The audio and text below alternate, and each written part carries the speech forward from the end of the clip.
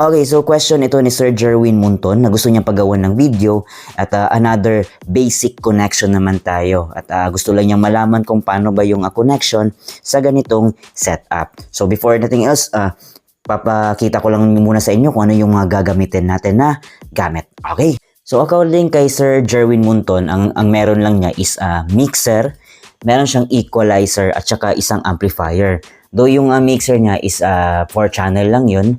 And then meron siyang equalizer, I don't know kung 31 band. And meron siyang integrated amplifier. But magkaiba man tayo ng Sir Jerwin, no, ng gamit or amplifier. Same method lang po, sundan nyo lang po. Okay, basta importante yung input-output po natin na connection. Okay, so let's go. Okay sir, so ito yung gagawin natin. So itong mga pulang XLR para to sa left channel.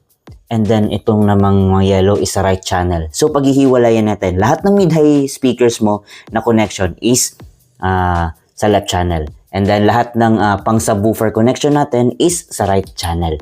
Okay? So, let's go! Okay, Sir Jerwin, no? Magsimula tayo sa mid-high connection. So, dito tayo sa left channel. Ayan. Left channel tayo. Ayan. Okay? And then, punta tayo sa likod. Okay, so from mixer na left channel, sir, yung dulo ng ating XLR, ito, is papunta dito sa left channel input ng ating equalizer. Ayan. And then, kuha tayo ng another XLR. Ito. Ayan. So, yung output natin dyan, sir, sa left channel pa or channel 1, papunta ito sa left channel or input A ng ating amplifier. Ayan. Okay. Okay, so yung next connection naman natin is pang subwoofer. Okay, tusok natin itong isang XLR dito sa right channel natin ng mixer. Ayan, so punta tayo sa likod, sir. Ayan, so nakatusok na tayo sa right channel ng ating mixer, sir, no? So punta tayo dito sa right channel or channel 2 ng ating equalizer. Ayan. Okay, so kuha pa tayo ng isang XLR cable. Ito. So, tusok natin dito sa output ng ating equalizer. Then, yung dulo niyan is papunta dito sa channel 2 or input B ng ating amplifier. Okay. Alright. So, sa setup na tayo ng ating equalizer. Okay, Sir Jerwin. Ayan. So, itong left channel natin, yung nasa taas, ito yung channel 1 or left channel. Ito yung para sa mid-high natin. And itong sa baba, ito naman yung para sa subwoofer natin. Ayan. So, yung setup natin dito, sir, or yung pihit natin sa ating mid-high, ito, as much as possible, naka-flat lang lahat. But since gawin na lang natin na naka-high pass filter. Ayan. So, binaba natin yung from 20 dB, I mean 20 Hertz hanggang 60. So, nakaangat na konti. Pero, ayan, pa-slope siya paangat, sir, hanggang 80. Kasi kung makikita mo sa high pass filter, kung malalaman nyo po, is yung 80 Hz below yung nakakat niya.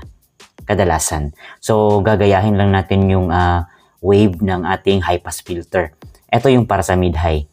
So, nakababa siya mula 20 Hz hanggang paangat na hanggang 80. And then, flat na lahat, sir. Okay? Yan yung para sa mid-high natin. Sa subwoofer naman natin, sir, ito nga channel 2. From 20 Hz hanggang 240 Hz. Wala na kasi 240 kasi 200 and 250 na siya. So, yung 250 is nasa bandang gitna na ng ilalim. Ayan. So, nakababa siya. Then, dahan-dahan pa baba. Ayan. Okay, gitna yung 20 to 200. Then, dahan-dahan pa baba. Then, flat. I mean, baba na talaga lahat. Mula 315 hanggang dulo. Disengage na. Kasi yung gusto mo naman, sir, di ba, hard kick. Pero kung gusto mo yung gapang, kung kaya ng subwoofer speaker mo na gapang, hanggang siguro ganyan. Yan, ganyan yung itsura. 100 Hz, bababa na siya ng 120, 160, then wala na. Okay, but since yung gusto mo is hard kick, so angat pa natin yan. Yan, hanggang sa 250. Ayan, medyo hard kick na yan. Okay, ayan. Okay, close up natin para mas klaro. Okay, Sir Jerwin, yan yung naging itsura, mid-high natin. Ayan, angat na, then flat na lahat hanggang dulo. Sa subwoofer naman natin, ayan, naka 0 What I mean zero is, yan o, 0 dB. Nakagitna, and then dahan-dahan pababa. Then wala na to. Ayan. Okay.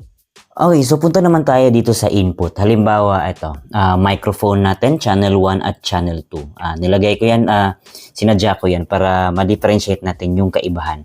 Okay, kung pang mid-high, sir, halimbawa microphone, so alam naman natin na ayaw natin lumabas yung vocals natin sa subwoofer, no?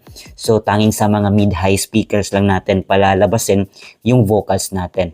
So ang gagawin dyan, halimbawa, ito, channel 1, microphone siya, no?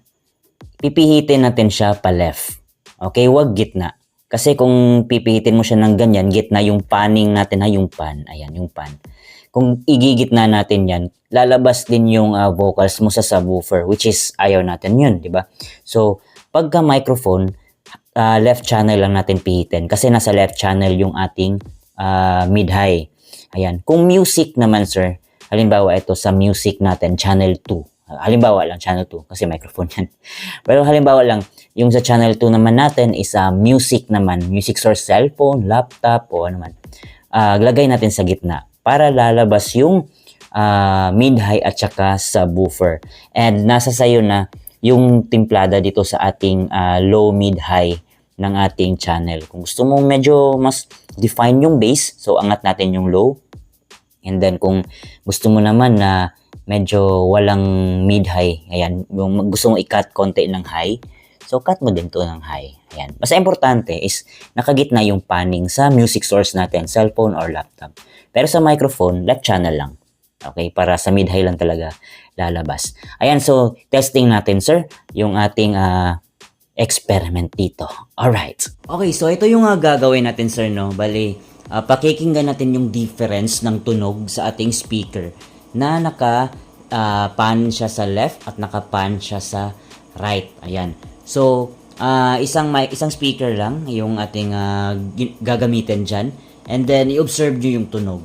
So, yung tunog na maririnig nyo una, sir, is pang subwoofer.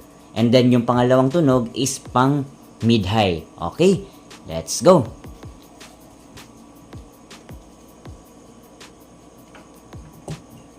Hello, sound check, testing, mic check, 1, 2, sound. Hello, sound check, testing, mic check, 1, 2, sound. Okay, so ang next naman is pang mid-high.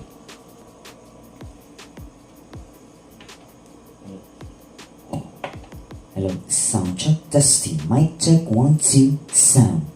Hello, sound check, testing, mic check, 1, 2, sound. Okay, sir, no, I hope na narinig niyo yung difference. Ayan, so I hope na nakumpara nyo. Yung sinoundcheck natin dito na naka-right pan, ayan, yung tunog niya is medyo kumulang talaga sa mid papuntang high. Ayan. Kasi yun nga, yung setup natin dyan sa ating equalizer is nakapang subwoofer. And then nung binalik natin sa left yung ating panning, ayan, so mas malinis na at buong-buo na yung tunog natin para sa ating microphone. So yun lang, sir, ang gagawin natin kahit na limited lang yung gamit natin na mixer, equalizer, and amplifier lang. So sa wired microphone at saka wireless microphone, so the same lang po, sir, no? Same pa rin yung input natin. So same lang din lahat. Kaibahan lang wired at saka wireless. Ayan. Basta yun lang yung tatandaan nyo, sir, na alamin nyo lang na lahat ng left channel mo is pang mid-high at saka lahat ng pang right channel mo is pang sub. So, kapag ka microphone, ayan, kapag ka microphone, mindful lang po tayo, naka-left yung pihit. Ayan. Tapos, kapag ka music source, cellphone, laptop, o anumang gagamitin mo, naka-right channel. Ayan, naka-right siya. Okay? So, yun lang, sir. I hope na nasagot ko yung katanungan mo at na-demo natin ng maayos yung request nyo po. Kung may kulang man sa aking nabanggit at saka kung meron man parang nag-disagree kayo, comment lang kayo down below and pag-usapan natin ulit. So, sa lahat ng mga expert dyan, so please share your thoughts, yung mga ideas nyo, yung mga kung ano pang pwede natin gawin sa ganitong setup na limited lang, mixer, equalizer, and amplifier. Okay, sa 2x2 setup. So, okay, hanggang sa susunod. Alright? Alright.